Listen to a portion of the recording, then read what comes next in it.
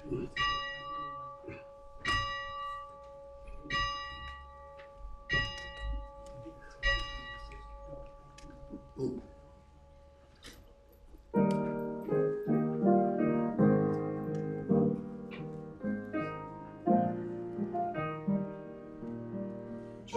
shall come in the morning.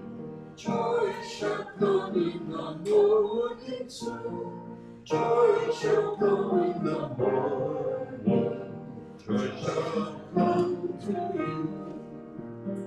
Out of darkness will light. Of the day from the night. Joy shall come in the morning. Joy shall come to you. Peace shall come in the morning. Peace shall come in the morning too. Peace shall come in the morning. Peace shall come to you. Brothers all in charity, sisters all in unity. Peace shall come in the morning. Peace shall come to you. Hope shall come in the morning. Hope shall come in the morning soon. Hope shall come in the morning. Hope shall come to you. Take this name from the night. Open your heart and wings take flight. Hope shall come in the morning. Hope shall come to you.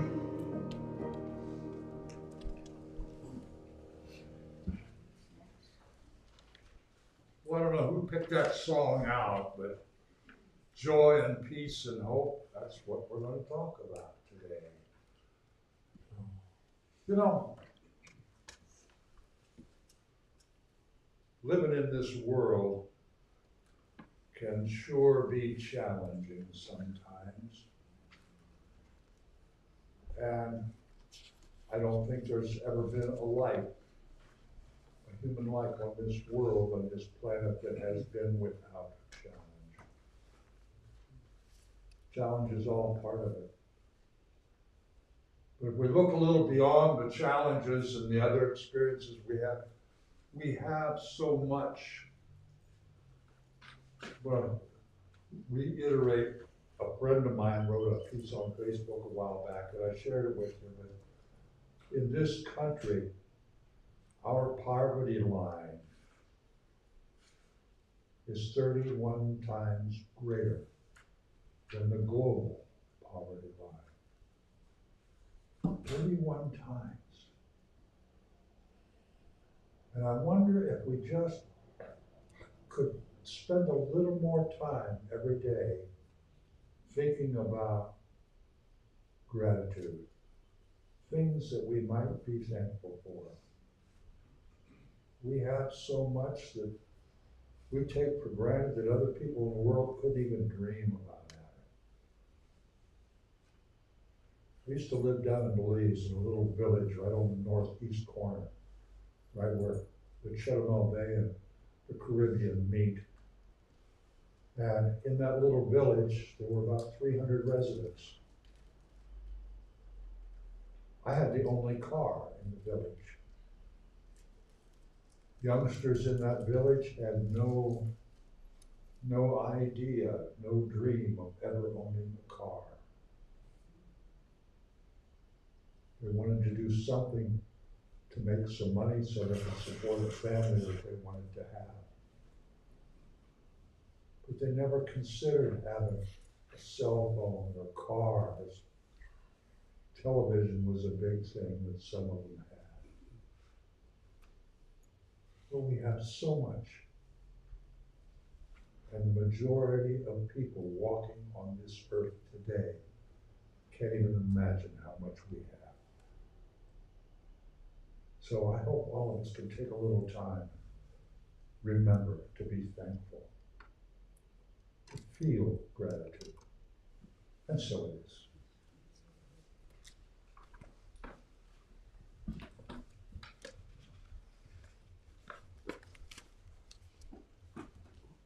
Good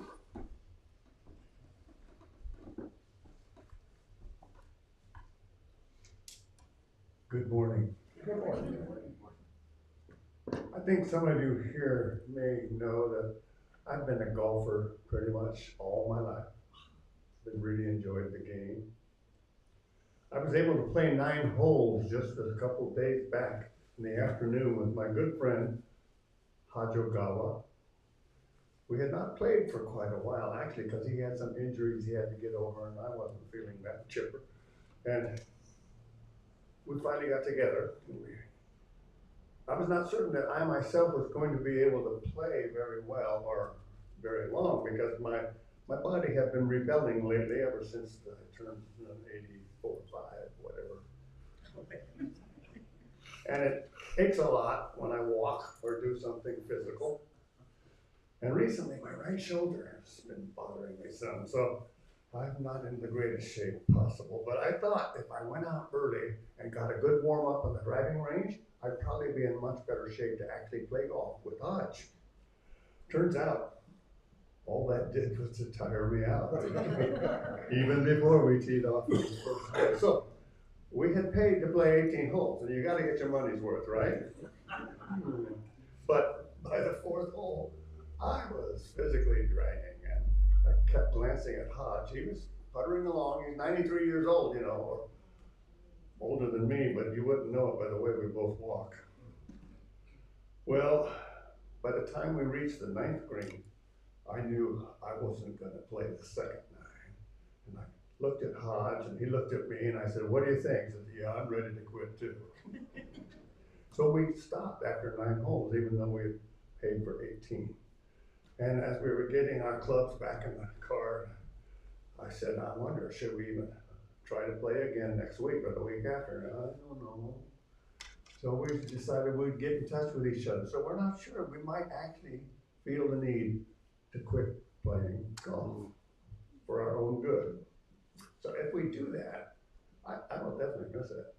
But not so much the golf itself. The main thing I will miss, not the competition or winning, but being with Hodge in a beautiful pastoral setting. And when Hodge and I play golf together, in between golf shots, there's a lot of time.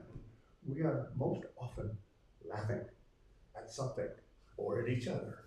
And it is very refreshing to actually laugh out loud. If you haven't tried it in a while, do so. It apparently really helps. We laugh at ourselves a lot. So I say to myself, Wayne, from this very pulpit, you have said, if you change the way you look at things, the things you look at change. I'm not the only one who said that, obviously. So now, I'm going to propose to Hodge that maybe we change the way we look at and approach the game of golf. Instead of giving it up entirely, I'd like to make some suggestions that we could change the way we play to make it easier on ourselves. Here's what we could do. The old way, we teed off early, right after dawn. The new way, let's wait for after lunch and tee off in the afternoon in the warmth of the day. The old way, we always played 18 holes, got our money's worth. The new way, let's just play 9 holes. The old way, we paid more money for 18 holes. The new way, we would pay less. The old way took 4 to 5 hours. The new way could take 2 to 3. That's a big savings of time. The old way, we each hit our own golf ball every shot. The new way, maybe we ought to become a team, a 2-man team playing against nobody. And we would alternate shots and save a whole bunch of energy. And at the end of the day, we could, instead of having an individual score at a post, we could have a team score or no score at all. What does it matter? We would have fun in the meantime. Actually, if Hodge goes along with this idea, it's really not going to be a new way for me of looking at my life now. Since Nancy and I reached our mid-80s, we've had to change a lot. And we've recognized the new realities of growing older, at least together.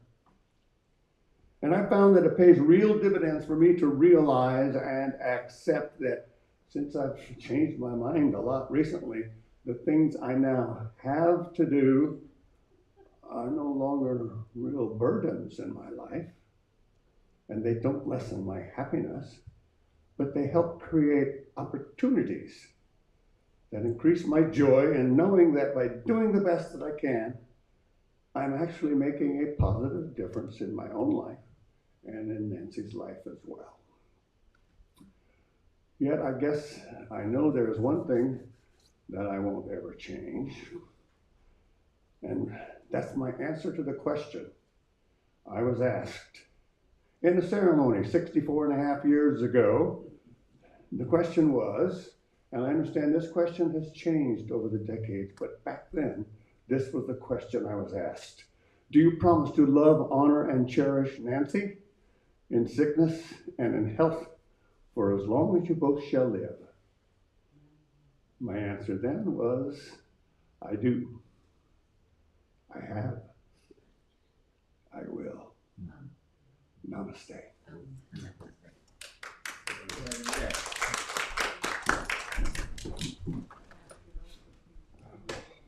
That was a beautiful ending, Wayne. Thank you. As you were going through your team sport and some of the different ways, it reminded me of an old bit of humor. It's just like they say, as we get older, we get wiser. Well, I don't know. I guess Wayne and I have both found out actually it's not necessarily wiser. We're just too tired to do the dumb stuff anymore. Good morning, everyone.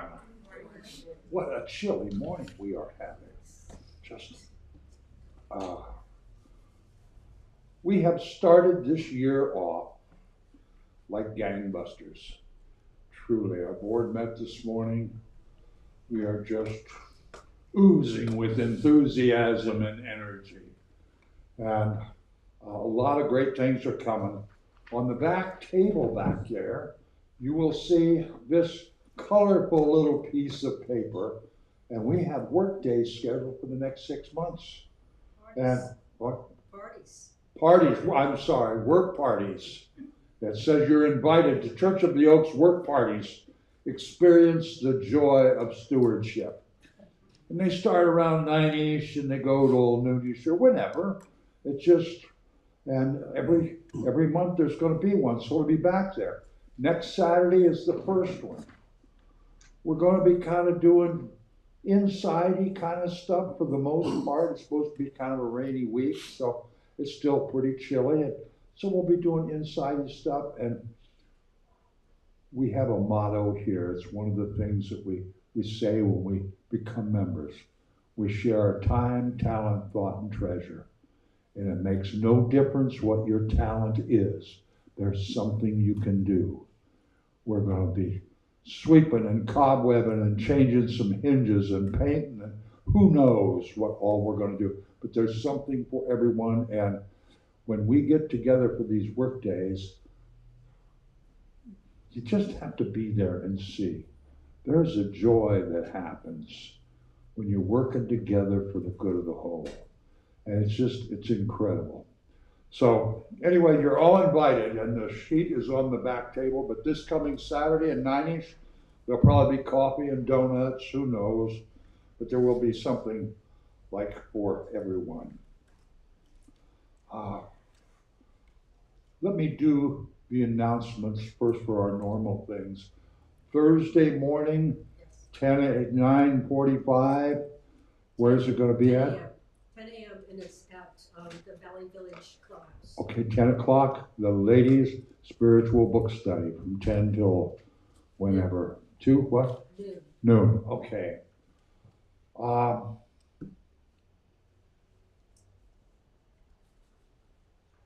There was something else that was going on next Saturday.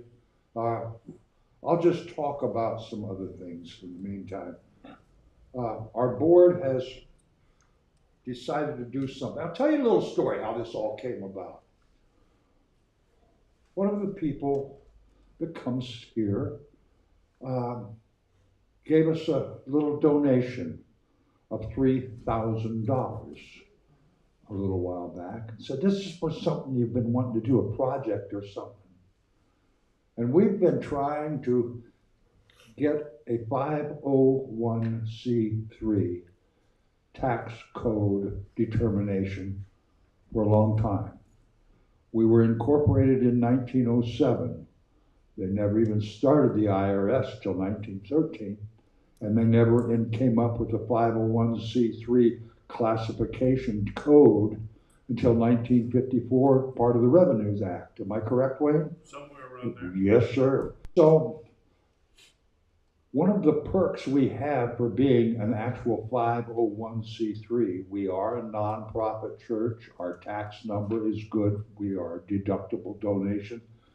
But there are things that we can participate in and be the beneficiaries of as a 501c3 corporation that we can't being a non-taxable, a tax-free church. And one of those is a property tax forgiveness program. And we pay $1,000 a year property tax. And we can bypass that once we are a 501c3 corporation. And beyond that, there are several employers who offer if you have a nonprofit you'd like to donate to, put the money in our fund and we will match that funds and send it to your nonprofit. We have a couple families here that have that program, and we can't take advantage of that by not being a 501c3. We have to have that determination, that classification. So we checked with a lawyer and found a good attorney can do all the things required to make that happen in a very timely fashion. And the only thing is, it's like $6,000 to do all that.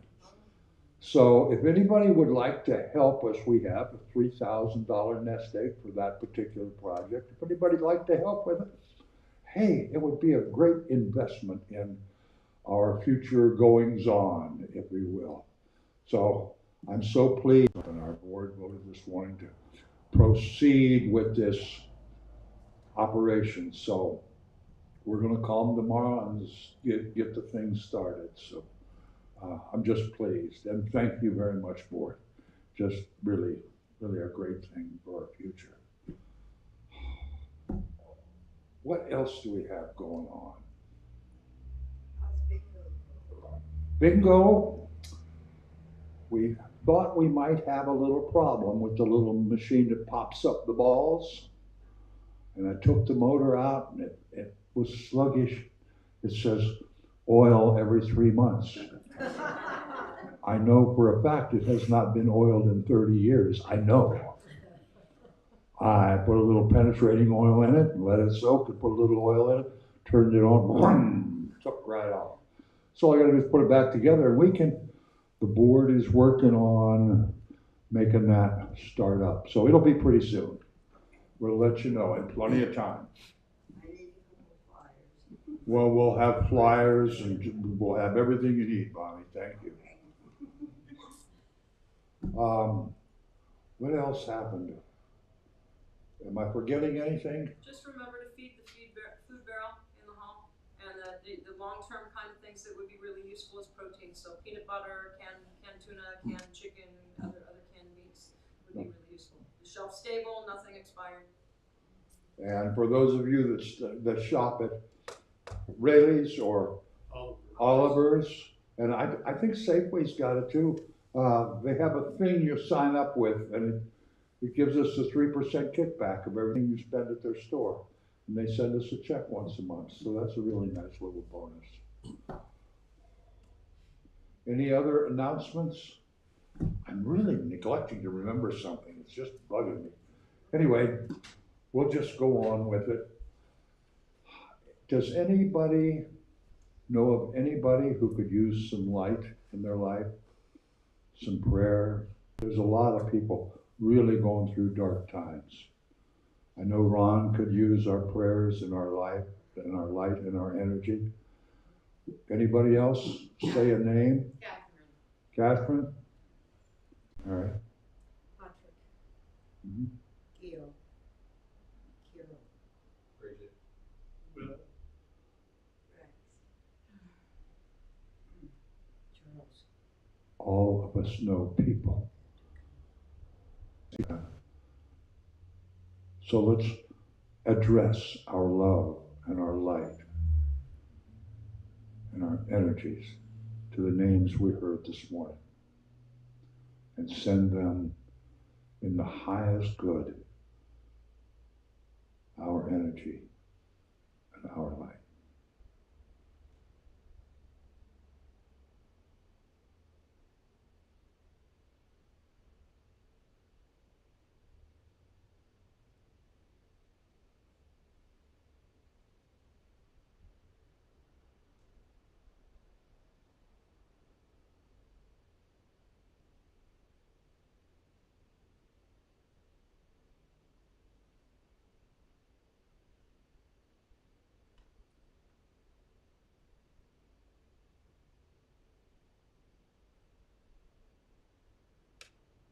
And so it is to the highest good. Let's stand up. Could everybody just kind of stand up for a moment? Except the piano player. It would be best if you would sit down. Let's open our Wings of Song to number 72 and sing, "Open My Eyes That I May See."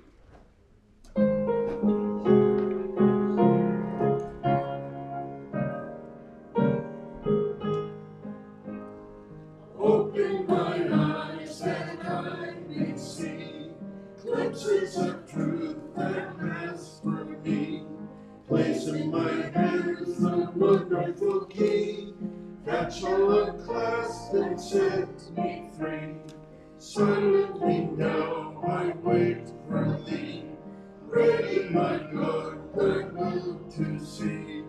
Open my eyes and illumine me, Spirit divine. Open my ears that I may hear voices of truth that send is clear. And while the way not fall on my ear, everything false will disappear. Silently now I wait for thee, ready, my God, thy will to see. Open my ears and illumine me, Spirit divine. Open my mouth and let me bear gladly the one truth everywhere. Open my heart and let me prepare love with thy children thus to share. Silently now I wait for thee, ready, my God, thy will to see. Open my heart and illumine me, Spirit divine. And now we have the wonderful opportunity to greet each other in the traditional Church of the Oaks fashion.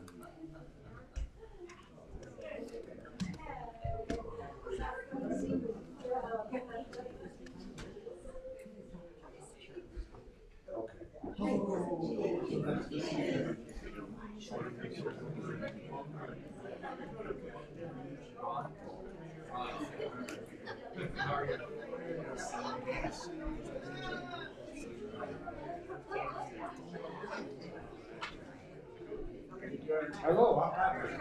Dan, nice to meet you.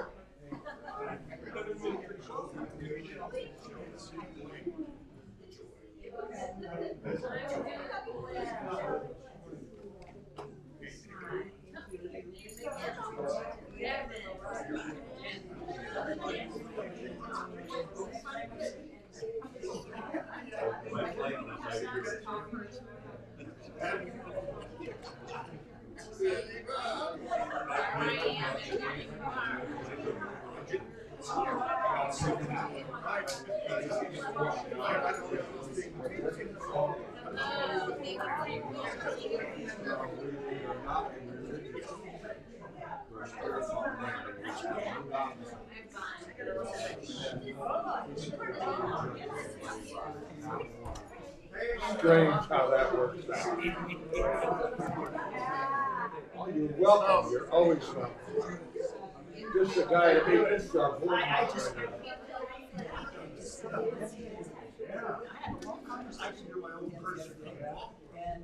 he gave some background about it. Oh, yeah, I didn't see you.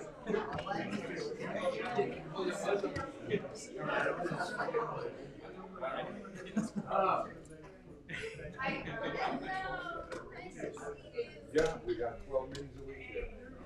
We got 4 AAs, no, 5 AAs. I go, what's your fingers on that keyboard? And I go, my fingers can't do that. You're a golfer, I Little can't do stubby fingers. it. You're a golfer, I can't do that. Or at least I've done it in the past. Whenever it's built. Gotta get it. It's different for everybody. Some people, they're ready. They go for a little while, they fall off the wagon, get right back on. You know, so look like that. They know that, yeah, I can do it. I can do it again. I can do it.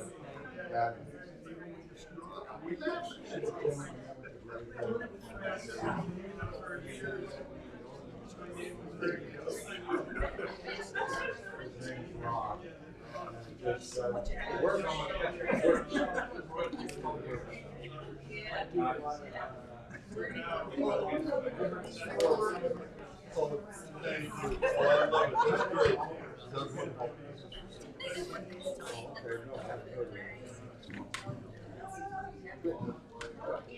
I gotta go back to work. All right. We'll talk later. Glad you're here.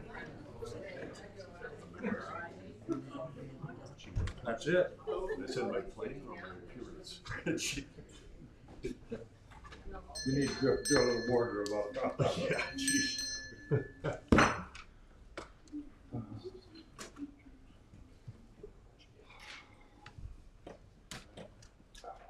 How about a big deep breath? Just starting to warm up in here. Okay. We are so fortunate. I spoke this morning earlier about gratitude. We have so much abundance. And I think the greatest abundance that we have, look around the room. Each other, us, we are our greatest abundance, our greatest asset. Because we accept each other, we care about each other. We all have good days and bad days and oh geez days. And we have so much to be grateful for, especially each other. Let's read together our affirmation of abundance, may we? A consciousness of abundance is knowing that there is always enough. May we ponder that wisdom, sir.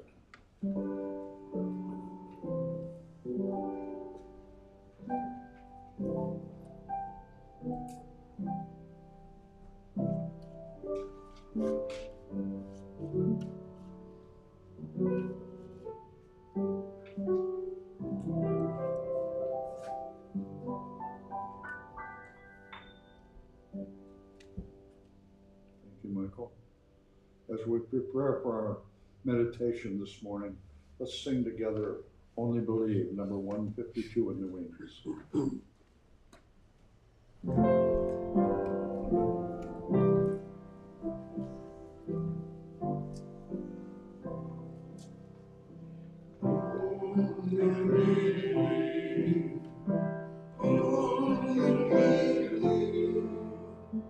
All things are possible, only believe. Only believe, only believe. All things are possible, only believe.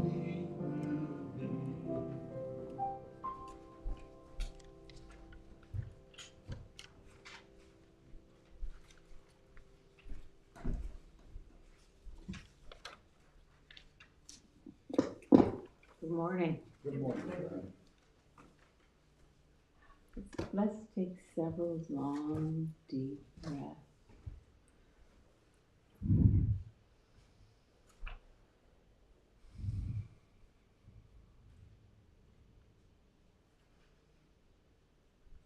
Imagine you are standing on the edge of a field. There is a tree line where a forest begins. You notice a trail and walk on the path and enter into the woods.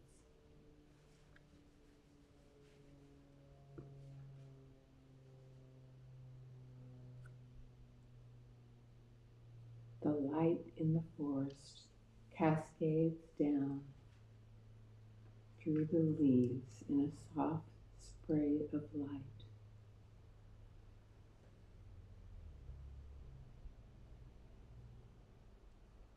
The undergrowth is soft and green. There are ferns, moss, and small plants reaching towards the light.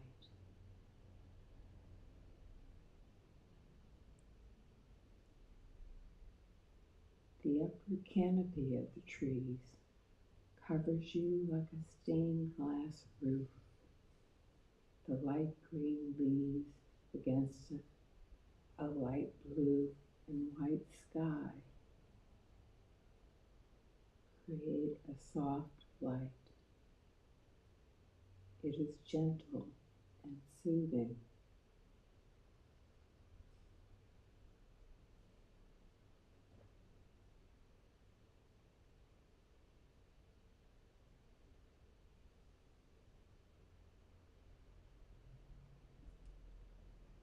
This light is flowing within you all the way to the soles of your feet.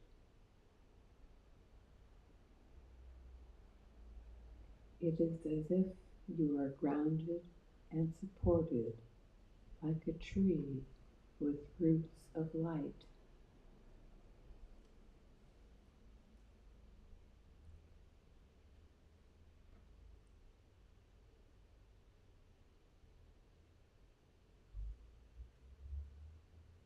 With every inhale, this light glows brighter.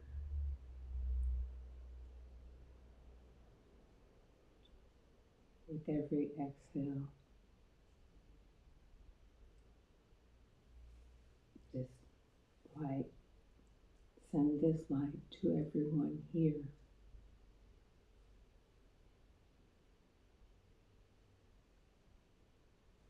It can be a healing light.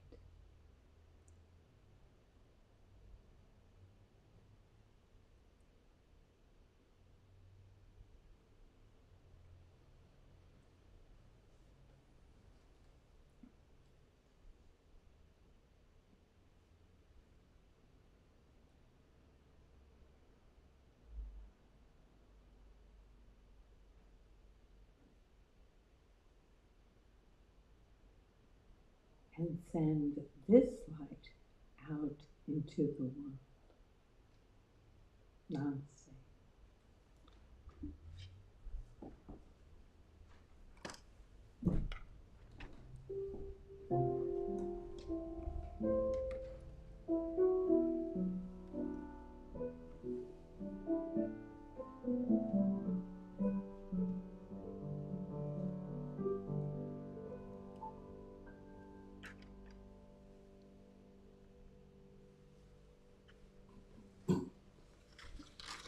Thank you, John.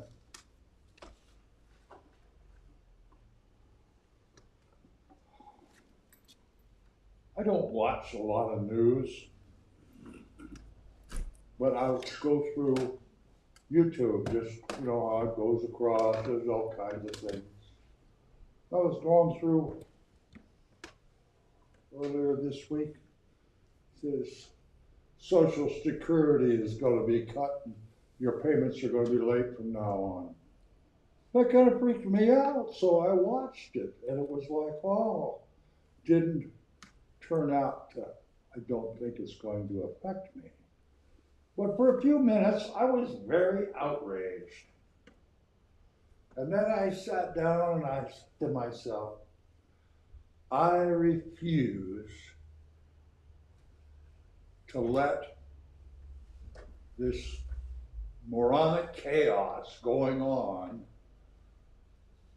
robbed me of my hope, robbed me of my peace, caused me to be afraid or walk around angry. I refuse. And I thought about this thing called hope. And somebody wise, I don't know, it was Aristotle or some smart guy, said once you lose hope, you've lost pretty much everything worth living for. And I thought about hope a lot, and I decided, what is hope?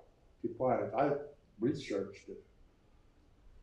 And I'm not talking about the kind of hope, I hope I don't get a speeding ticket because I'm really late. Not that kind of, that word we drop all the time. But hope, I found a definition, and I'll try to read it to you a little bit. Believing that the future will be better than today, knowing that we have the power to make that happen. That's interesting. The future will be better than today because of what we do, what we think, how we act, what we say. And if we put that in a purely singular persona just for ourselves, that's a step forward. But if we think about the future for all of us to be better than the present because of something that we did, all of a sudden we're part of a really big team. When we put forth effort in whatever scale you want for the purpose and the good of the whole, for we, for everyone, all of a sudden, part of that team is all life on this planet. All the flora and fauna, all the animals, all the plants, they're all on our team. Their whole purpose in life is to do whatever it is they do and not only survive, but thrive. And for us to work at a better future for all life on this planet, for everyone, we've got a huge team that's all in the same harmony of living, harmony of life.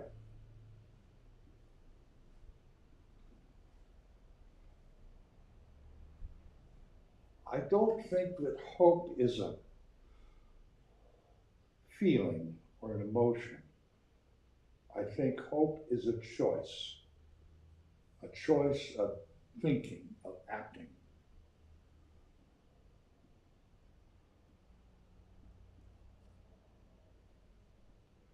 I remember, seems like 30, 40, 50 years ago, reading Barack Obama's book, The Audacity of Hope. It was kind of political, but the way he articulates choosing hope as a way to think, a way to act, is quite profound, actually. I would hope that all of you might take a look at that at some point in time. Might be a little inspiration. This thing about working together as this little family here, about increasing or improving the future because of what we do with each other. There's an old saying that when you have, it takes a village to raise a child. It takes a village, a community, to support vibrant life. And I think our society has gotten to the point where it becomes very individual, very separated, very divided. And that's just not conducive to a harmonious lifestyle. It's not conducive to creating vibrant community. Who was it? I think it was Mahatma Gandhi. He's got a great quote. You must not lose faith in humanity. Humanity is an ocean. If a few drops of the ocean are dirty, the ocean doesn't become dirty. We are part of a life force in this universe. And yeah, there's some real jerks. There's some real non-desirables that walk on this earth. But if you look at that few numbers compared to all of the life forms on this planet in harmony to create a sustainable life community, it's kind of really pretty amazing.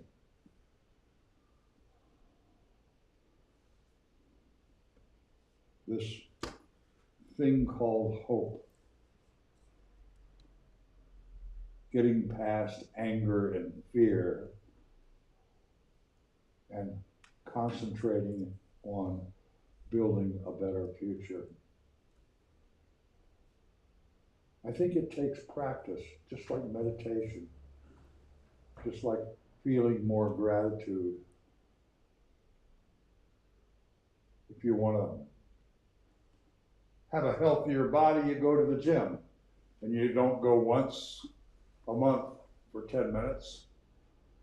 You go often and regularly, and you adopt a practice of improving your physical. And I think giving serious thought to how we go forward with the intent of improving the future as compared to today, I think that's a practice as well. Having hope be part of our daily practice. Joy shall come in the morning, peace shall come in the morning, hope shall come in the morning if we choose to put it on our agendas.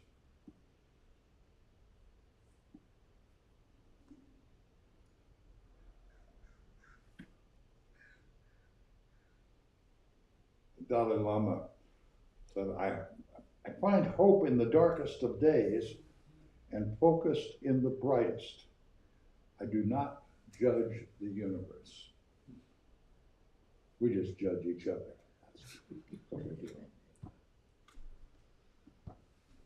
I remember I went down to the gym where Wayne goes, and I took their little tour because I was thinking about improving my future.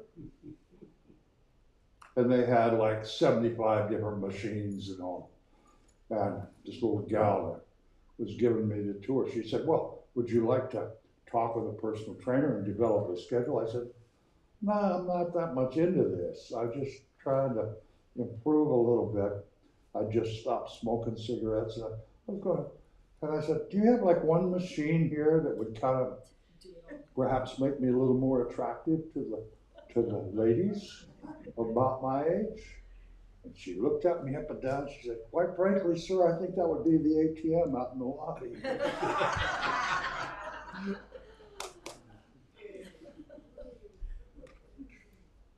But I ask that all of us in this chaos, don't let all this ignorance, all this floundering that we are doing as a society, don't let it rob you of your hope, of your peace. Don't allow some loud mouths or some crazy people to cause you to be afraid, to be worried or have fear. Future's going to be what it's going to be. We've seen some horrible things in our lifetimes. We've seen all kinds of wars and disasters. And in the places where I can recall, my dad was in the Second World War. I was in Vietnam. I've seen some hideous things. He saw some hideous things. And you would wonder how Thich Nhat Hanh was the most forgiving man, the most insightful man I ever heard of. But if you go to Vietnam today, I've seen that place smoking. The whole country just like on fire and smoking. Death everywhere. Today it is gorgeous. They have a wonderful economy. They're a very stable country. Everything changes constantly. And humanity, just like the trees and the weeds and the birds, they will survive and thrive. Humanity and all of nature is so resilient. It's designed that way. And we're part of that. Every one of us. And we've all been through stuff. And we're all going to go through stuff. But if we hang on to hope and release the fear and the anxiety, next week will be better than this week because of what we do, because of how we think about it, because of how we take our next step forward, not in bitterness or fear or anger, but in knowing that we can do things that will make life in our community, in our personal lives better. I ran into a poem. A friend of mine sent me this. And it's a lengthy poem and it's pretty deep. Devin, would you come up here for a moment, please, sir? Would you pass these out and make sure that everybody gets one? Our pianist, everybody. I'd like you to take this home with you. It's kind of deep and kind of complex. And I read it and I thought. The next morning I read it again. And I'm about my 5th time. And I hope you read it and think about it, and read it and think about it. Because the gist of this poem is in the last few lines. But if you wonder where the hope is, you are the hope. Each one of you is the hope.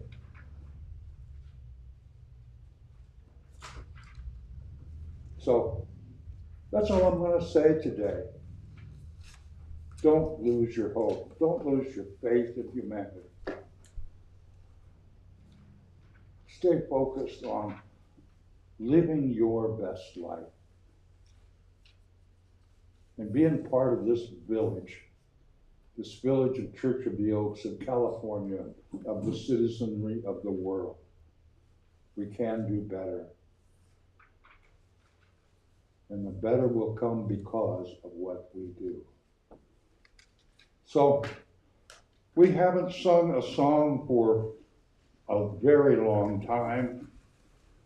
What's it called? There's sunshine in my soul today. Look for that sunshine.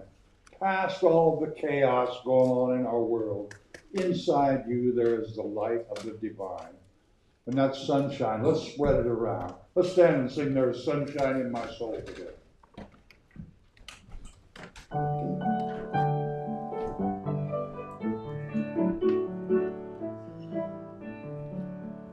There is sunshine in my soul today, and I'm victorious and bright, ever glowing with the warm wave. For Jesus is my life. For sunshine, blessed sunshine, makes the peaceful, happy moments roll. For I behold the Christ in every face, and the sunshine in my soul. There is springtime in my soul today. I know the Lord is near. The notes of peacing in my word, the joys of grace appear. Oh, the sunshine, blessed sunshine, blessed peaceful, happy moments roll. For I behold the Christ in every face, and the sunshine in my soul. There is gladness in my soul today, and hope and love and praise. The blessings which He gives me now are bright in all my days. Oh, the sunshine, blessed sunshine, that's His peaceful, happy moments roll. For I behold the Christ in every face, and the sunshine in my soul. And we could add a little amen to all this.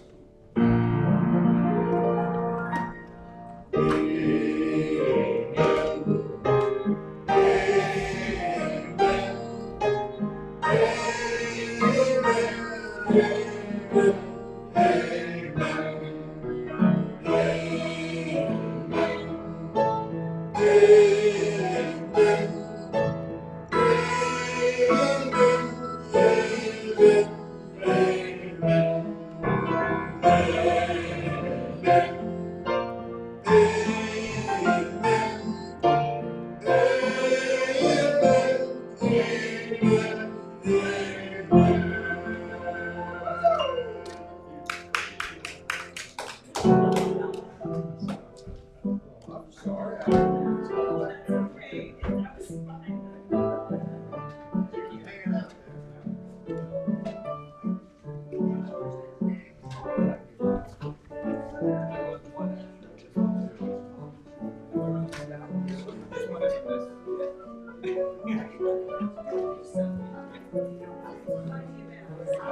Good to see you again. Back.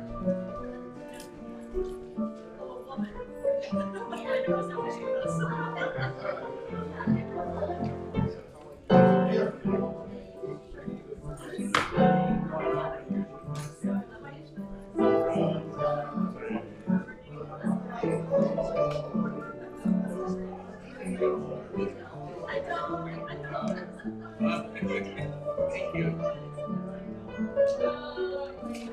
you.